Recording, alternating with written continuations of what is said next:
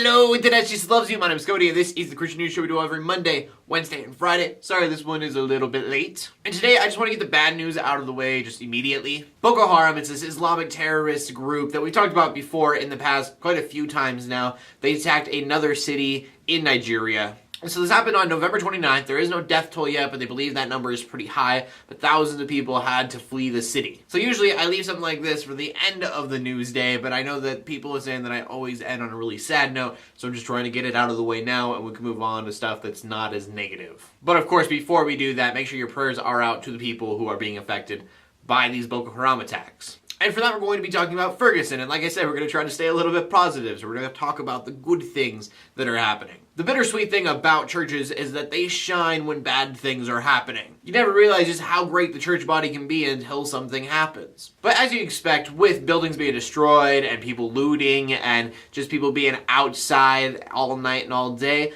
things are becoming kind of a mess. And so I just wanted to give a shout out to the churches that are in Ferguson that are helping out in many different ways. The one that I think is the coolest probably is that they have churches going and cleaning up the streets, because even the peaceful protesters are going to kind of make a mess because there's so many of them. Trash is going to hit the ground. You also have churches taking their church vans on the day that all the riots kind of started back up and are actually getting people out of harm's way. Also, many are just donating money to these local businesses that have been destroyed because they've kind of lost everything and could really use that help. And so personally, I just love when something is wrong that the church is there to help. I feel like that's when we best show God's love, is when we can be there for somebody when nobody else is. And our final story of the day, we're going to talk about separation of church and state, because that always seems to come up in the news. We talked before about Hobby Lobby, and they had this whole school curriculum they're going to do in public schools about Christianity. And of course, the Freedom from Religion Foundation didn't seem to like that very much. Alright, so when they decided that they were going to release this thing, it got postponed for about 4 months. Well, now Oklahoma has decided to completely back out of it, said that it's not right because it's not separation of church and state.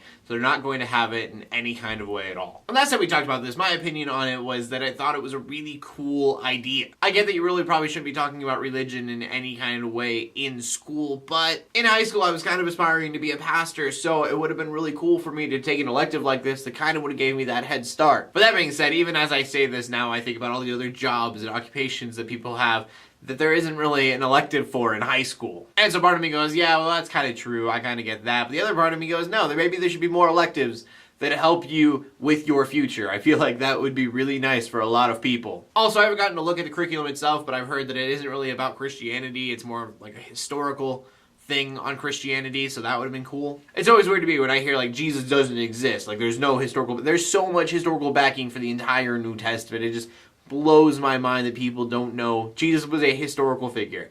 Like, Christian or atheist, he was a historical figure. Go look up history. And a class that kind of reinforces that, I understand, is kind of going, hey, look, this Bible is real, you should go believe it, which could be indoctrination and all that. I don't know.